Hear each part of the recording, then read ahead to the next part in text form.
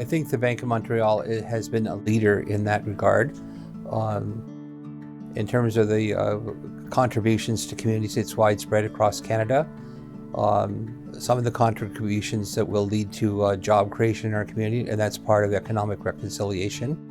The corporate sector getting a better understanding of our history in this land and being better educated about the colonial history of our people will encourage a different path forward to lead toward more economic reconciliation and opportunity to our First Nations business to grow and prosper, as well as to participate in a greater extent in the Canadian economy.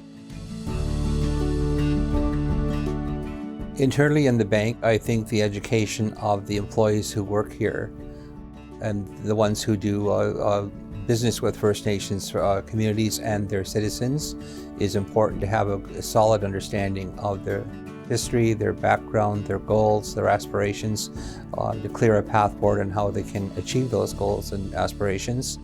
In terms of my own community, when I think of achievements in partnership with the bank, when I first started on council in 1979, many banks didn't trust First Nations people. Working with the director of Indigenous Banking at the time, he opened up the door for First Nations to get loans to build infrastructure and to finance them over time. And so it does all contribute to money staying in the community and strengthening our local economy. I think the other thing with the programs that the bank has created internally to honor the residential school survivors, the Orange Shirt Day, the veterans, not only has that been kept internally in the bank, but it's spread to municipalities, to governments, and both in Canada and I hear now of the United States, to create greater understanding.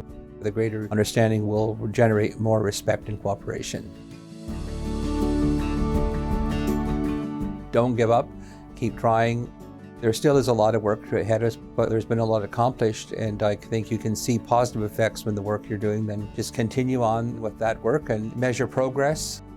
First Nations have many needs across the country. The closing the gap in infrastructure by 2030, $349.8 billion is needed across the country to deal with very essential services like safe drinking water, housing, access to higher levels of education at the college and university level. There's many professionals needed in Canada, and there's no reason why a lot of those professional people that are really needed in the country, in the hospitals and the workplace, couldn't be First Nations people. And so we create opportunity through education. You're not only helping the Indigenous persons, but you're helping the country as a whole.